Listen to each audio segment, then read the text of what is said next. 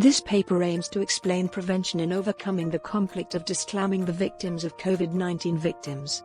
The background is because there are still people in Indonesia, especially in Lampung, Makassar, Sumedang, Tasikmalaya, Banyumas, Depok, reject the corpses of victims of COVID-19 patients, all because the lack of community knowledge about COVID-19 due to a reaction from the community that is not good. The government made some wise decisions to solve this problem. Policies issued by the government are good to be implemented because it can reduce the chaos that occurs in the community. Coronavirus disease adalah virus jenis baru yang belum pernah diidentifikasi sebelumnya pada manusia. Virus corona adalah zoonosis, atau penyakit yang ditularkan antara hewan dan manusia. Berdasarkan data pemerintah, pasien yang terinfeksi positif corona pada 11 April 2020 yaitu 3.512 jiwa, dengan korban yang meninggal dunia 306 jiwa. Dengan banyaknya korban yang meninggal dunia, dibutuhkan pula lahan pemakaman untuk mengebumikan jenazah tersebut. Akan tetapi, pemakaman jenazah korban COVID-19 ditolak sebagian warga sehingga hal ini menimbulkan konflik antara pihak keluarga dengan masyarakat yang bertempat tinggal di sekitar lingkungan pemakaman. Konflik berasal dari kata konfigur yang berarti saling memukul. Secara sosiologis, konflik diartikan sebagai suatu proses sosial antara dua orang atau lebih, di mana salah satu pihak berusaha menyingkirkan pihak lain dengan menghancurkan atau membuatnya tidak berdaya. Jenis konflik yang pertama, konflik tujuan. Kedua, konflik peranan. Ketiga, konflik nilai. Yang keempat, konflik kebijakan. Faktor konflik: 1. Perbedaan individu. 2. Perbedaan latar belakang. 3. Perbedaan kepentingan. Dan yang terakhir, perubahan nilai. Penyelesaian atau resolusi konflik merupakan suatu kondisi di mana pihak-pihak yang berkonflik melakukan suatu perjanjian yang dapat memecahkan ketidakcocokan utama di antara mereka, menerima keberadaan satu sama lain, dan menghentikan tindakan kekerasan satu sama lain. Fisher et al. Menjelaskan bahwa resolusi konflik adalah usaha menangani sebab-sebab konflik dan berusaha membangun hubungan baru yang bisa tahan lama di antara kelompok-kelompok yang berseteru. 1. Negosiasi, yaitu proses tawar-menawar dengan cara berunding guna mencapai kesepakatan bersama antara pihak satu dengan pihak yang lain. Negosiasi juga diartikan sebagai suatu cara penyelesaian sengketa secara damai melalui perundingan antara pihak yang berperkara. Negosiasi juga merupakan komunikasi dua arah yang dirancang untuk mencapai kesepakatan pada saat kedua belah pihak memiliki berbagai kepentingan yang sama maupun berbeda. 2. Konsiliasi. Pengandalian konflik dengan cara konsiliasi terwujud melalui lembaga-lembaga tertentu yang memungkinkan tumbuhnya pola diskusi dan pengambilan keputusan di antara pihak-pihak yang berkonflik. Syaratnya adalah sebagai berikut. Yang pertama, harus mampu mengambil keputusan secara otonom. Kedua, lembaga harus bersifat monopolitis dan demokratis. Yang ketiga, lembaga harus mampu mengikat kepentingan bagi pihak-pihak yang berkonflik. Keempat, konsiliator memiliki hak dan wewenang untuk menyampaikan pendapat dan tidak memihak. 3. Mediasi.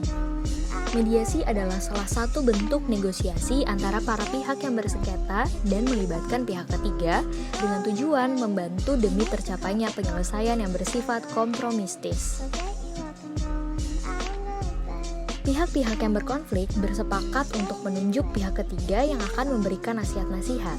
Dengan demikian, putusan yang diambil atau yang dicapai oleh mediasi merupakan putusan yang telah disepakati bersama oleh para pihak yang dapat berbentuk nilai-nilai atau norma-norma yang menjadi tatanan dalam masyarakat. 4. Arbitrasi. Hak pihak yang berkonflik bersepakat untuk menerima pihak ketiga yang akan berperan untuk memberikan keputusan-keputusan dalam rangka menyelesaikan persengketaan yang ada. Berbeda dengan mediasi, cara arbitrasi mengharuskan pihak-pihak yang berkonflik untuk menerima keputusan yang diambil oleh pihak arbiter. Kronologi konflik.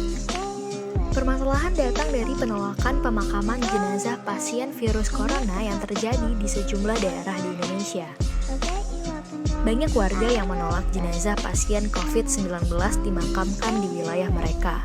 Tak sedikit, jenazah pasien corona akhirnya dikembalikan ke rumah sakit hingga dimakamkan di pemakaman lain. Beberapa warga yang nekat bahkan ada yang melempar batu ketika tim medis membawa jenazah pasien COVID-19. Hal tersebut mereka lakukan agar pemakaman di sekitar desa mereka batal dilaksanakan. Beberapa daerah yang melakukan penolakan terhadap jenazah korban COVID-19 adalah sebagai berikut. Jenazah pasien positif COVID-19 telah ditolak 2 kali oleh warga di Bandar Lampung. Akhirnya, perwakilan tim relawan Pemprov Thomas Aziz Rizka mengemukakan pemakaman dilakukan di lahan milik Pemprov, yaitu di tempat pemakaman umum Kota Baru. Selanjutnya, Tasikmalaya. Saat hendak dikremasi, warga beramai-ramai menolak jenazahnya. Bahkan, mobil ambulan yang mengangkut jenazah dilarang melintas. Namun, kepolisian, TNI, dan Pemkot akhirnya memberikan pemahaman kepada rakyat. Ketiga, Banyumas. Makam korban COVID-19 dibongkar rakyat. Dan Bupati Banyumas, Ahmad Hussein, turun langsung menggali makam yang berada di perbatasan Desa Karangtengah. Wilayah selanjutnya adalah Depok. Warga keberatan karena jasad yang dikebumikan bukan merupakan warga setempat. Penolakan warga juga diperkuat oleh keadaan bahwa pihak yang tidak pernah diajak koordinasi maupun diberikan sosialisasi bahwa TPU Bedahan menjadi salah satu lokasi pemakaman pasien COVID-19. Wilayah yang terakhir adalah Medan. Spanduk penolakan jenazah pasien positif corona sempat terpasang di daerah Medan Tuntungan.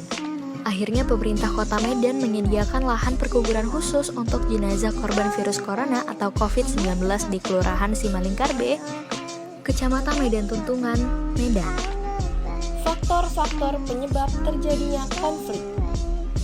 Takut tertular virus, kurangnya komunikasi antara masyarakat dan pemerintah, menolak karena memiliki populasi besar, lahan pemakaman dekat dengan permukiman dan perkebunan, kurangnya pengetahuan masyarakat akan virus.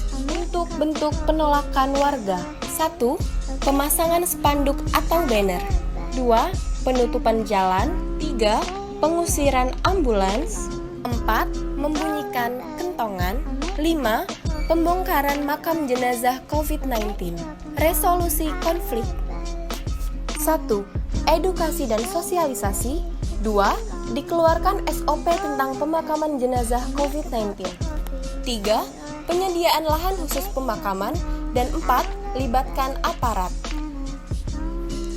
Kesimpulan, konflik yang terjadi di Lampung, Makassar, Sumedang, Tasikmalaya, Depok, Banyumas, dan Medan dilatar belakangi oleh berbagai faktor, mulai dari masyarakat yang takut tertular virus, daerah pemakaman dekat dengan perkebunan dan pemukiman masyarakat dengan populasi besar, kurangnya komunikasi antara masyarakat dan pemerintah ataupun dinas kesehatan, serta faktor yang paling penting yaitu karena kurangnya pengetahuan masyarakat akan penyebaran COVID-19. Karena minimnya edukasi serta sosialisasi dari pemerintah daerah dan dinas kesehatan.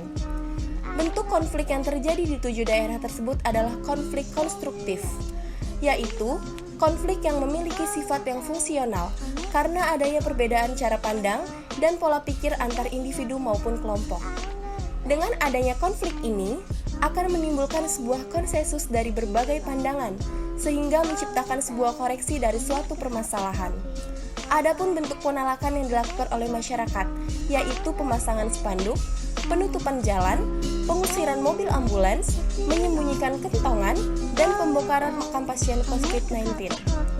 Upaya resolusi konflik yang dilakukan oleh pemerintah dalam menangani kasus penolakan jenazah pasien COVID-19 yaitu edukasi dan sosialisasi.